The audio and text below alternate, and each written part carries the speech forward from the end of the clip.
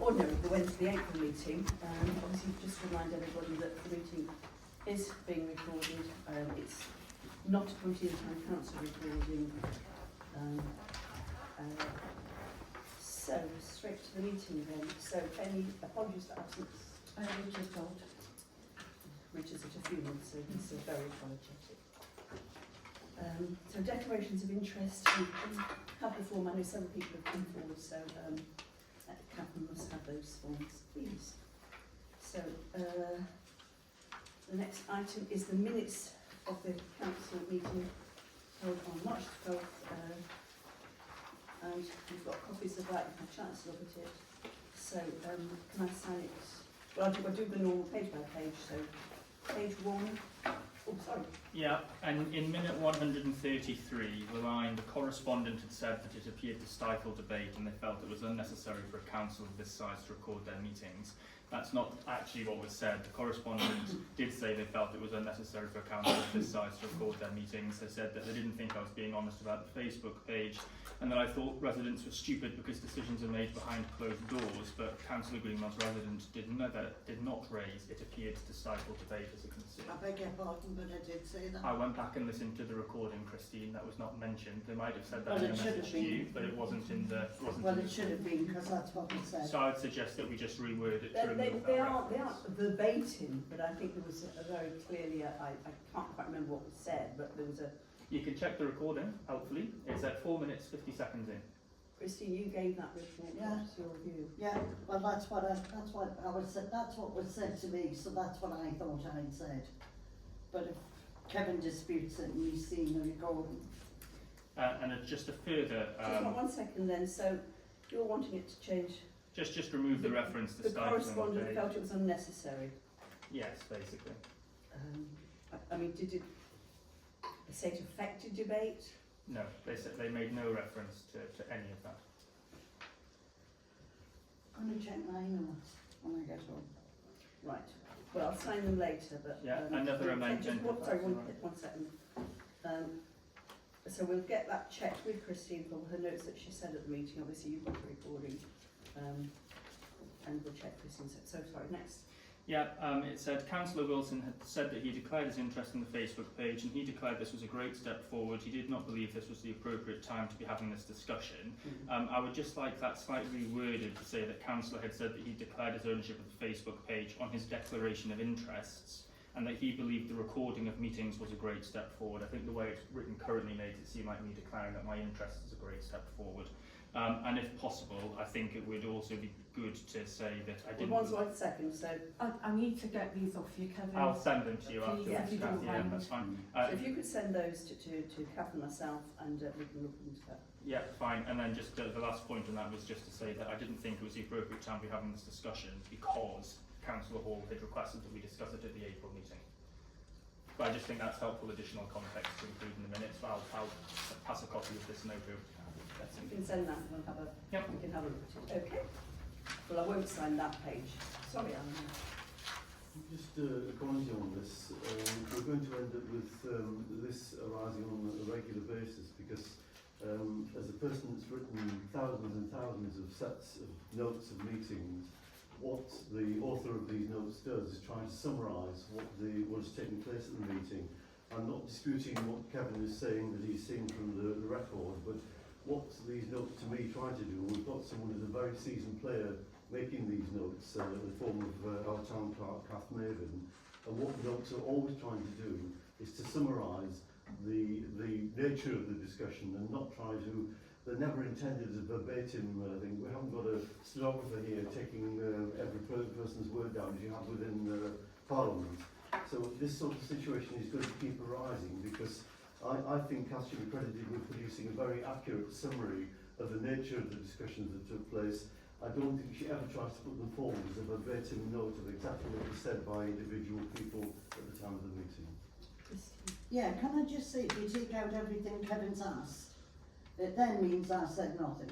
That's not true. Councillor Greenwood reported that she had received a communication after the last meeting asking that the recordings of meetings should be stopped. If you take off what comes next, that means that's all I'm not saying said. take all of it, I'm No. just saying remove the reference to slide Kevin had said Yeah, that, but to continue at, it was Yeah. not unnecessary for council this size, I think we were. Yeah. I'll go back on my notes. But if you could go back on your notes, Kevin's going Yeah. to send them to Catherine and Yeah, myself. because I definitely said more than one sentence. I've never been noted to say one sentence in my life. So Kath will go through her notes and then we can, so we won't sign page 1 tonight, and we'll come back to that, if that's okay. Right, page 2. You happy with that? Yeah. Page 3. Yeah. Page 4. Yeah. Page 5. Yeah. And page 6. Yeah. Right, I'll sign, except page 1, I'll sign the rest as a formatic record. And I'd like to add to Alan, it's not easy for us to produce these minutes, and we go through them quite detailed. But they are a précis, it's not a full discussion. Right, okay, planning. Matters arising. Oh, sorry, I do apologise, thank you. Matters arising. So, yes, matters arising. Kevin. Yeah, I just wanted to say that I've further clarified my ownership of the Ponteland Town Council Recordings Facebook page. There's nothing Well, incorrect. you said this is, you're going back over. I'm not, I'm clarifying something, because it was an important point that was raised by Councillor Greenwell at the last meeting, and I want to update the council on steps I've taken since. I've clarified my ownership of the Facebook page. There was nothing incorrect in my previous declaration, and the minutes and recordings of the meetings both made it clear it was me who was responsible for it. Nevertheless, I'm happy to have made this further clarification. Do you still say you're a journalist on there? Yes, because I think it fits the definition Can of I just citizen say, journalism. yeah, well, you can be a blogger, Mhm. but you can't be a journalist, and yes, you've got a degree in journalism. That's not true. Or It's you've not a served at protected that. title. I googled it. Chris, can I just ask your opinion? Because I googled it and I said, can anybody just call themselves a journalist? And it said no, unless you've either served your time as a journalist within a company or you have a degree in journalism, you cannot call yourself. That's why on all of these other things that people join, you've got bloggers and tweeters and thingy, but not one of them can call themselves a I think it's journalist. become a very, and Chris will have his view on this as well. When I started in journalism in 1900, there was no such thing as a degree. You had an indentured degree. You did a year's intensive. You have to do something. Well, to just be one moment, journalist. Christine. You did a year's intensive course, and you had a 3-year apprenticeship, Yeah. and you had to do all sorts of things: Yeah. history, law, the public administration. Remember short plan, wasn't that lovely? And then became a degree course. But then I know when I took my last job on, I was an or equivalent. I was an OE because I didn't have a degree. But to lecture in journalism, to do anything, technically, when you label yourself as a journalist, it's deemed that you would have experience or some training. That I believe is what would deem, but I don't know. Chris, you're more in the industry than I am these days. Well, just in terms of definition of a journalist, yeah, we're from a different era, I suppose, to now, and it possibly is a little looser. But I would imagine it would denote someone that's been through a period of formal training, whether that be in a higher education institution or through the National Council to train the journalists, which was what most people did back in the day, and had been employed or as self-employed as a journalist and making an occupation out of it. I think perhaps though this maybe we're going off at a tangent, and perhaps this isn't the platform for that debate. No, but it should be looked into. So perhaps Because consider the comments that have been we've made. always been honest in this council with Right, whatever so comments we perhaps we make. should move on from that. So you can finish your point. Yeah. Thank you. Okay. Excuse me, Sorry, Christine. I can just stop you. I Yes. had a feeling I took a picture of it. Lovely. Excellent. Can I just tell you what it says? Yeah. To be considered a journalist, someone typically needs a combination of relevant degree, often in journalism, medium studies or a related field, strong writing and research skills, experience in gathering and reporting news, and an understanding of journalistic ethics, usually gained through education or relevant work experience. Yeah, typically, And that's usually, what it said. it's not a protected title. And I can't No. call myself a nurse because that is a protected title. Journalist isn't. Yeah, but it's misleading the public. But let's move on from In my this. opinion. Yes, I mean, Chris and I from a different era, we have our views, you have your views, and so I think perhaps this is Okay. okay debated, so maybe we should move on. Okay. Planning, so this is really for information only. Was there anything you were wanting to say? No, nothing particular, nothing queries. Thank you.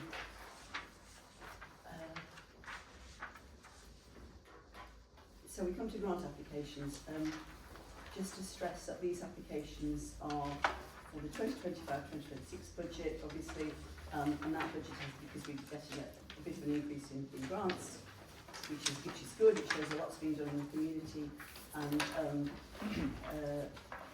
so they're better next year, and we have increased in budget. So perhaps if we could take them one at a time. Oh yeah, I mean, all the information's in the report.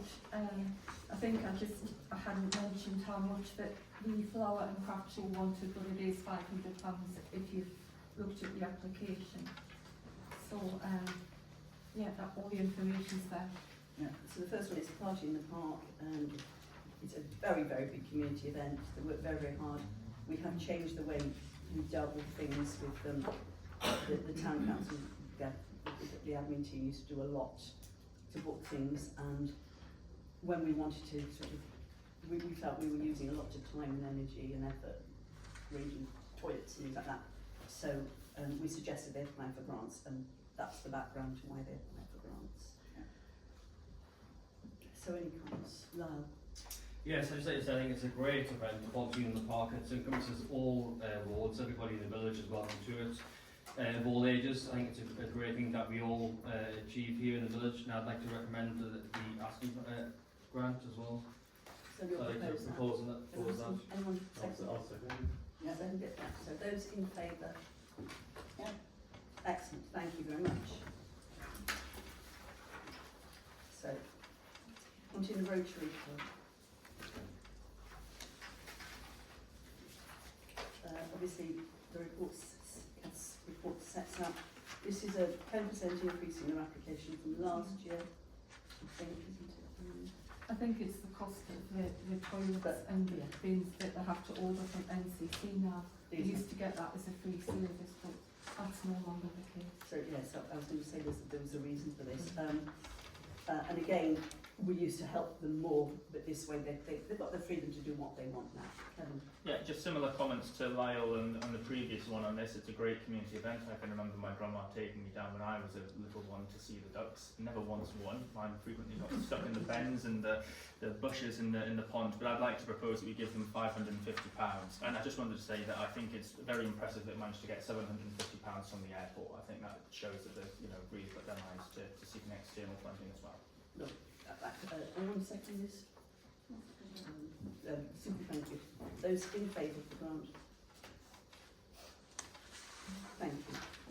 The flat and craft show we move to then. Again, and this is a lovely event. I've been down as mayor for 2 years, and before then I would go occasionally, and it really is, it's actually very, very well supported. A lot of people going, and it is, again, a lovely community event.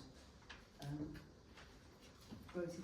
I think it's a really good event. I like the new classes that they've brought in, which attract young people and to increase the awareness of pollinators, so I'm happy to propose it. Rosie, anyone second this one? Please. Kevin. So that grant is awarded. Do you want all in favour? Sorry? Sorry, in favour, yeah. Somebody looks at the clock and I'm getting confused. I do apologise. Thank you. I'm a dab hand at getting it all wrong. So thank you, those in favour. Right. And then there's 2 grants from different halls, one of which is Merton Hall, this hall. The halls in Ponteland, I think, are excellent facilities. General, I think we're lucky to have them. and we have a very good relationship with those managing the halls. The first one is Merton Hall. Merton Hall are this year doing the Easter Trail, and the booking clerk has applied for. It should say the treasurer. But I thought, I'm the treasurer, the booking clerk, the hall manager and the chairman, and I just picked one. Shows how versatile I you was are. very versatile. So £80, which is for the booking clerk has managed to get some excellent local bits of sponsorship and whatever, I believe. So. Yeah, when Waitrose have very kindly given all these eggs to give to the children, thanks to Sue. Well, that's nice. And Bev has organised me very, very well.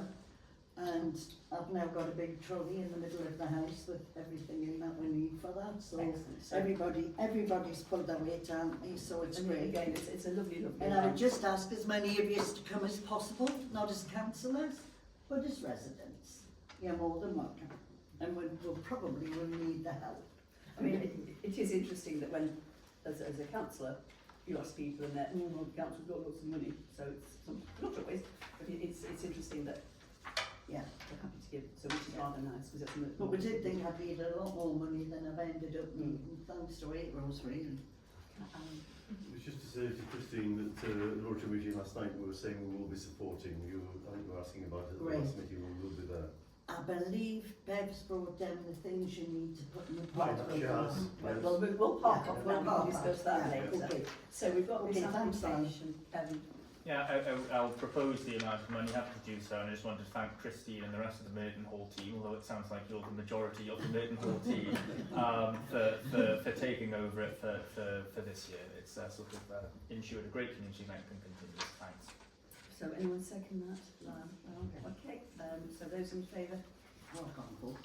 You can't vote. You have declared your form.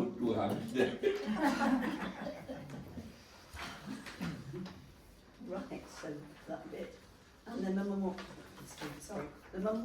hall is what I'm trying to say. The grant application of 6,600, which is that what they got last year? It was, and can I just say that this has been on their list of things that they want to do for a while, so it is a genuine project that they want to go Yes. Well, we, as people know, it's reported a while ago that we met them, Yeah. can't remember his name, Harrison, Mr. Harrison, and he was explaining the plans. Sorry, Alan. I'm supportive of this application for the grant. The application is very detailed. It gives us a lot of financial information about the performance of the hall. And it's very clear that they are turning things around. It's very helpful that they're being quite specific about how they want to spend the money should we give them this grant. And with the history that Sarah was working with this important facility within the Ponteland community, I'd be very supportive of this application for this grant. I just wanted to check, is this £6,600, is this application for basically a vehicle for them to get the already earmarked £6,600 in the budget, or is this in addition to that? No, this is their grant that's in the budget at the moment. It won't be coming back. Right, for another okay, one. fine. Well, not to my knowledge anyway, but this is the 6,600 that is in the budget Right. already. So, if I didn't make it clear, Madam, I was going to say I'm proposing that we... Oh, I do apologise. I didn't No, I don't make I myself did sound- recognise your word. So, I'll second it. Christine second. I would just quickly say, I wonder if we, I'm in favour of this as well, but I wonder if we could remind them also to, if they want to apply for the community chest as well. I'm not sure how well they take up the community chest, but... They have, I know, yeah. And they get quite a few other grants. They've, solar panels, they've got big money, quite big money towards solar panels, so they really are, you know. Because there is money from other sources due to them. We're happy to support this, I'm happy to support it, but to remind them there are... No, they- I do tend to do that with I thought this you one. did. It's just as a matter of Yeah. course, Cool, just exactly. to remind them that the money is there. Yeah. Anyway, we've got a vote on the table, so haven't we? So Yeah. can we take those in favour? Okay, excellent.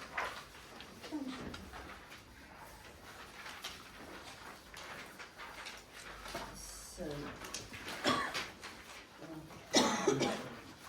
right, here we 115, yes, the report on the recording of meetings by Councillor Hall. Did you want to speak on that, Alan? I'm happy to speak on it, yes, if you want me to do that. I'm taking that the colleagues have read the short report that's in the papers for this evening, but if I can just add to what's in that report. Just to emphasise that the report itself acknowledges that there is the right to record meetings in the way that we are recording them this evening. The report itself tries to look at the reality of having all of our words, actions and views recorded on camera. What is not said is the personal position of each of us. There can be deep-seated reasons why an individual may not want this level of intrusion into their personal privacy. We, all of us, as I say in the report, are in a voluntary role here. We accept there are paid staff as well, but all as councillors we're in a voluntary role, and we all of us, I think, by implication, acknowledge that we're publicly accountable. We're here in a meeting which is open to the public. Our monthly meetings always are, and I think you've made mention earlier this evening, Mayor, of the other meetings where the public can come along, such as planning. But it's perfectly legitimate for any of us to have strong reasons, personal reasons, why we don't want this recording. And they are personal. We don't have to declare such things in public. As the report mentions, the Town Council is a democratic body. It makes its decisions by majority voting. This report asks that we put the recording of meetings to a vote. It's really what the thrust of all of this report is about.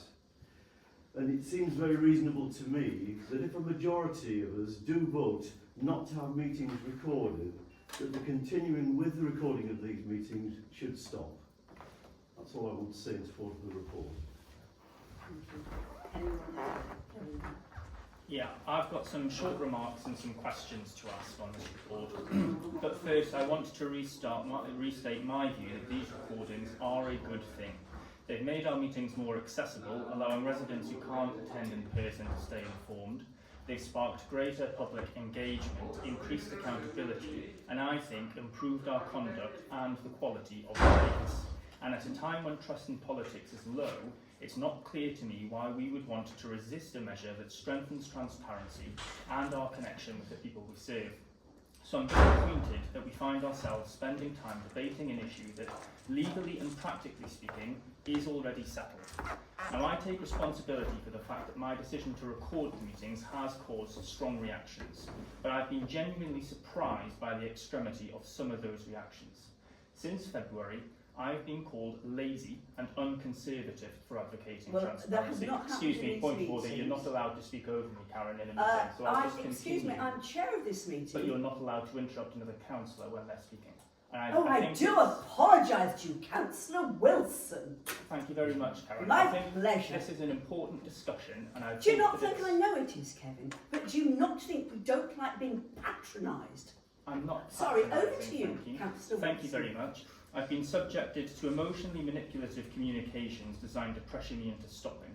I've been told explicitly to F off when I said that recordings were good for democracy, and I've had implicit and explicit threats made against me. All of that by members of this council. But let's put it aside, because what's most concerning isn't the personal attacks, but what they reveal. A fundamental misunderstanding of our role as public servants. We aren't here to feel comfortable, we're here to be accountable. And if a councillor feels uncomfortable having their public statements recorded, perhaps the issue isn't the recording, but the statement itself. So I have the following 6 questions to ask in relation to this report, and I think we do need answers to all of them before deciding how to proceed. First, can Councillor Hall identify a single specific example of bad decision making from either February or March's recorded meetings? If not, isn't this report based on hypothetical concerns rather than evidence? Second, what specific statements would councillors make in an unrecorded meeting that they wouldn't make in a recorded Isn't it meeting? sensible to take the questions in turn? I'll read them out. It's all right. We might. Printed them off I so would I can pass suggest. them I around will to you. suggest. that Councillor Wilson asks his questions and then we consider whether we want to spend valuable time at this meeting discussing them or taking a vote. Because obviously we are here for council matters for the benefit of the people of Ponteland, to my mind, rather than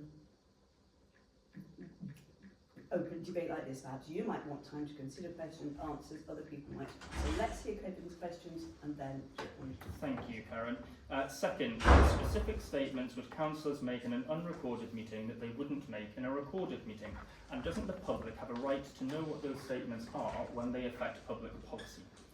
Third, how does voting on whether or not we as individual councillors wish to be recorded align with the Nolan principle of selflessness, which explicitly requires us to act solely in terms of the public interest rather than personal comfort? Fourth, will the town clerk confirm for the record that both the openness of local government bodies regulations 2014 as well as our own standing order 1M guarantee the public's right to record our meetings regardless of today's vote? Fifth, has the council sought legal advice on the potential consequences of attempting to circumvent these regulations? And if so, will that advice be shared with all councillors before we vote? And lastly, if the vote results in councillors expressing that they do not wish to be recorded, what steps does the council anticipate taking in response? And does the council accept that any action it does take would expose itself to legal challenge, potentially costing Ponteland taxpayers tens of thousands of pounds in legal fees? And if no action is intended to follow this vote, will Councillor Hall acknowledge that we are spending public time and resources debating what amounts to a purely symbolic motion with no practical effect? Let me be very clear. The vote today isn't about whether our meetings will be recorded. That right is established in law, and I will continue to record the meetings regardless of how you vote tonight. This vote is about whether Ponteland Town Council embraces transparency or resists it. It's about whether we prioritise our personal comfort over public accountability, and it's about deciding if we want to be a modern, accessible council that reflects today's standards of governance or remains stuck in outdated practices. Ultimately, the right to record and broadcast our meetings is not a courtesy the council can choose to withdraw. It's a legal right granted by Parliament, granted by our own standing orders, and granted specifically to overcome the resistance of some parish councils to public scrutiny. I'm disappointed that Ponteland Town Council is amongst them. Ponteland Town Council has stressed, I've stressed at meetings that, and Catherine's Town Clerk has stressed, we've stressed in meetings that we cannot stop recordings. We've said that all along. I believe, and obviously Councillor Hall can explain this, Councillor Hall wants on record the fact that councillors are objecting, 11 councillors object in an informal meeting, and I believe Councillor Hall wants it on record that people are not in favour. Councillor Hall and I, but obviously I'm going to believe in the council, we are concerned that it could affect debate, and although he knows and we all know we cannot stop recordings, we are concerned that it is on record that the council is not in favour of recordings for perhaps personal reasons. We have staff who are therefore being recorded, and I believe it is for that reason. And we know we will not, so to answer any questions related to, suing the council and whatever, we cannot stop meetings. We know recordings, we know that. So I don't know if you want a list of Kevin's questions or to come back to a later date, Alan. I can pass them around, I printed them off. To reply, I would just keep it generic. I think we are wasting valuable council time on this matter. The report and my remarks in support of it were very explicit. Your riposte, Kevin, is very explicit.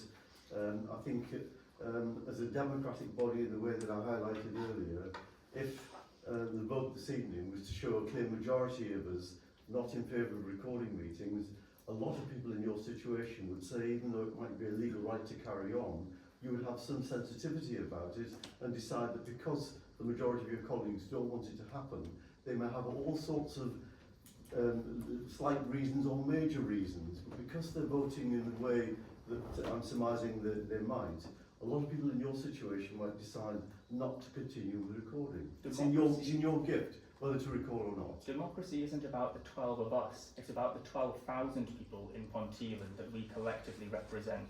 We're aware of this. Look, That's stupid. any further comments on this? Anyone want to comment? So Rosie.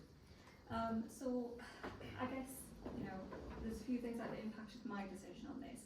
And I do understand personal concerns. I think I made my personal concerns around it clear as well. But I do feel uncomfortable voting for this, Alan, and engaging with it, because while the way you worded the recommendation is not explicitly banning recording, I do think it has potential to dissuade someone, a member of the public, who would come along and go, well, I am allowed to record, but perhaps I won't because I know the other councillors don't want to. And personally, given my background in the legal sector, I do feel really uncomfortable doing something as a formal vote that will anyway dissuade an individual from exercising their legal rights. So that is something I am concerned that I sympathise with the views of other people. I think you raise some valid concerns, but I don't feel personally comfortable voting for something that is potentially acting as a barrier in some way, shape or form to people exercising their legal rights. I don't think that's fair. Can I just say, is my concern is I have been a councillor for 4 years and we have such a peaceful atmosphere and everybody gives their time. That is for public, because we care about what people of Ponteland, and we work hard and we're not paid for anything. And this recording is causing so much stress in the atmosphere. Honestly, this is how I feel. And we are wasting so much time. Every councillor has got other responsibilities to perform at home and other family matters as well. So I think there should be a solution to this. It can't carry on like this. You know, when majority doesn't want it, any sensible person will take the hint and stop it. Yeah, unfortunately, I think that the recording of these meetings, Kevin, would become a personal asset for yourself. I think it's become a platform for you to show to the camera, for you to show to the general public about yourself. I don't think it's in the context of openness and frankness of discussions. As Nermal said as well, before the meetings, it was an open and frank discussion amongst all councillors. It was a much calmer atmosphere. We had a much more great debate. Unfortunately, since the recordings came, and every town councillor is a volunteer. They come here, they give their time, and they do not wish to be recorded. They've expressed that opinion many times as well. And I think this vote that Councillor Hall has asked for shows to the people who are watching this and shows to everybody else they do not wish to be recorded should they vote that way. And I think unfortunately, as your monologue has just alluded to as well, is to air your personal grievances of other councillors, of how you feel other councillors are not stepping up to the plate. That is your opinion. Town councillors that come here are volunteers that they got their time to come here to serve the community of Ponteland, irrespective of their ward. They serve all of Ponteland. I think that should be appraised, and I think that we should all be thankful for that as well. I think this stifles debate. I do not think it should go on in its current form.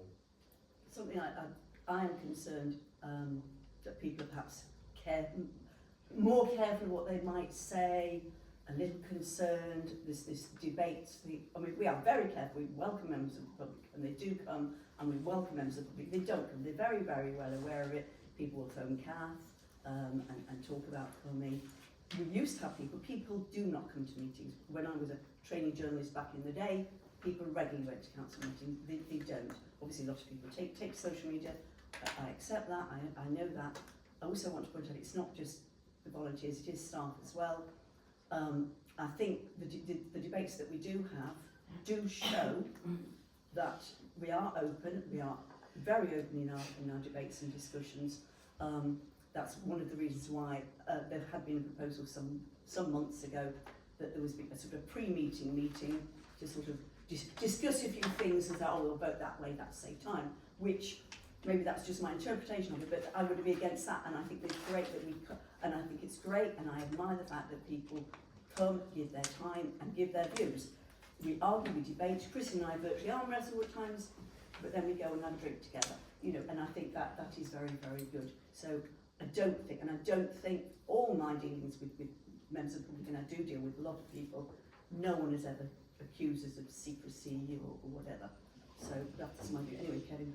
I mean, I just completely reject the idea that this is some sort of personal crusade or done in order to enhance my reputation or anything like that. I think that's a very unfair comment to make. I've never done anything to promote it other than share it where the residents are, which is on Facebook these days. I've never clipped anything down, I've never broadcast anything that I've said in it. It's just a matter of the public interest. I think it's completely inaccurate to say that everything's hunky-dory because technically the meetings are open to the public. I mean, it's only happened, I've been a councillor for nearly 2 years now, and there have been 4 occasions on which members of the public have come along. And I think that actually, on 3 of those occasions, we have been quite hostile, or at least showing that we are not comfortable with members of the public being there. I would Right. question that I Oh, would that's question- ridiculous. Well, I can give examples if you Kevin, want. can I just say what Lyle was referring I to? think- When you record these meetings, hello camera, you make sure you talk for 50% of the meeting. Right. So you I have think- more to say I than think this is- anybody I else. think this is right. Yes, you Now we do. need Look to- at them back. I have. Right. I It's think all we about what need- you want to say. Right, can we just call a halt to this now? Right, I think we're just, tempers are flared and it's sad, and I do find this sad because it never used to be like this. Never. But Kevin has his rights, anyone could come along.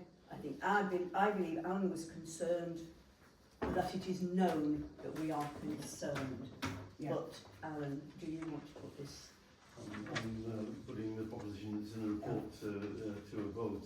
It's a recommendation where councillors are asked to take a formal vote on whether or not they wish to have monthly council meetings recorded, and we perhaps can have a vote on that, and then separately whether or not they agree to recordings being placed on social media. So I'm asking for a vote on Perhaps could we change the word wish, because we have, you know, legally we can't stop them. Is there another word we might use instead of wish? Well, we could just say we don't agree with them. Yeah, we we don't don't agree. We don't agree. And that's it.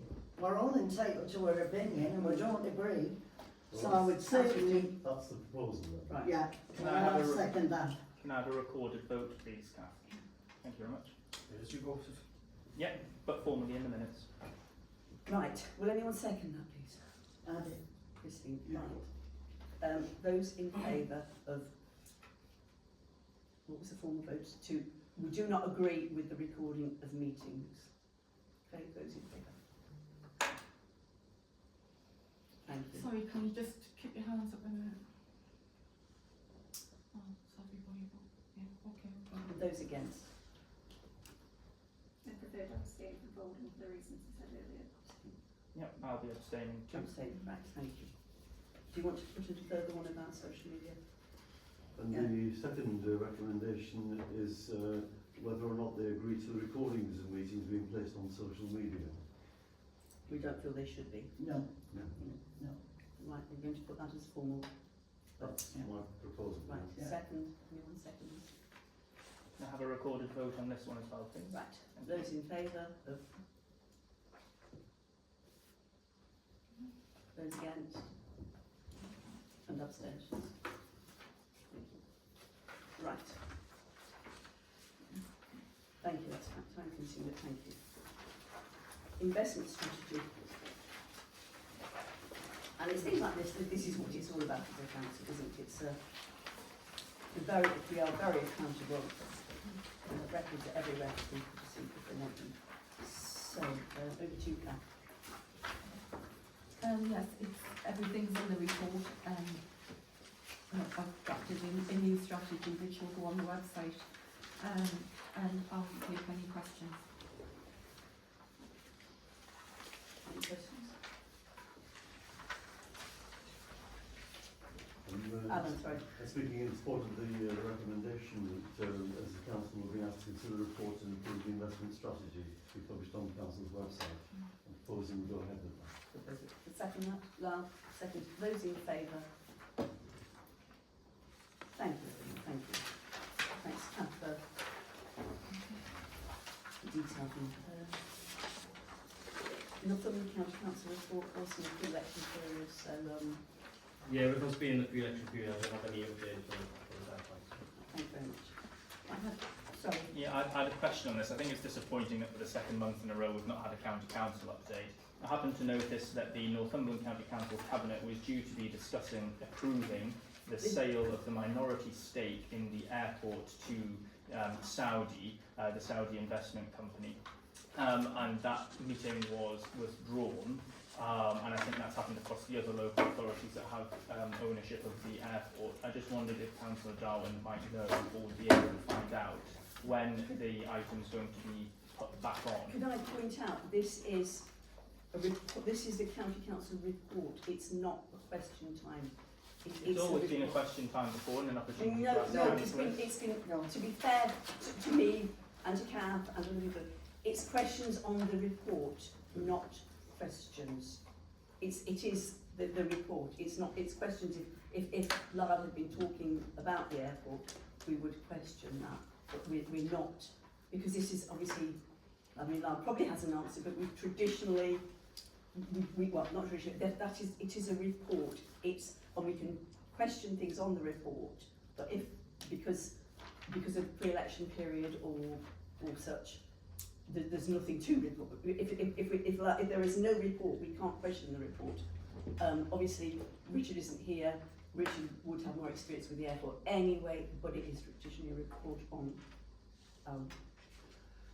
As a constructive suggestion, I'm saying that you may want to raise with Councillor Darwin. Is there anything at all within the ambit of the work that he does as a county councillor that might be reportable, even though there are these reporting restrictions? That might just be a perfectly reasonable question based on the fact that he feels constrained in this pre-election period. Yeah. Well, I'll send you a follow-up and I'll copy the other ones in. Yeah, I'll listen to your question. I'll take it away and I can get back with an answer to that one. Thanks very much. It's going to have a big impact on Ponteland, so appreciate it. Thank you. Okay, Mayor's report. Again, I've actually turned down a couple of things. I don't think anything would have swayed votes and everything, but with the pre-election period, I haven't gone to a couple of things. There is now a NALP meeting on Saturday I'll be going to. So there's nothing really to report because one is so concerned with the election period. Reports on town council representatives. No, there's nothing there. So finally, because I get confused because the timing of the meetings changed, so I'm worrying and I don't need to. The accounts.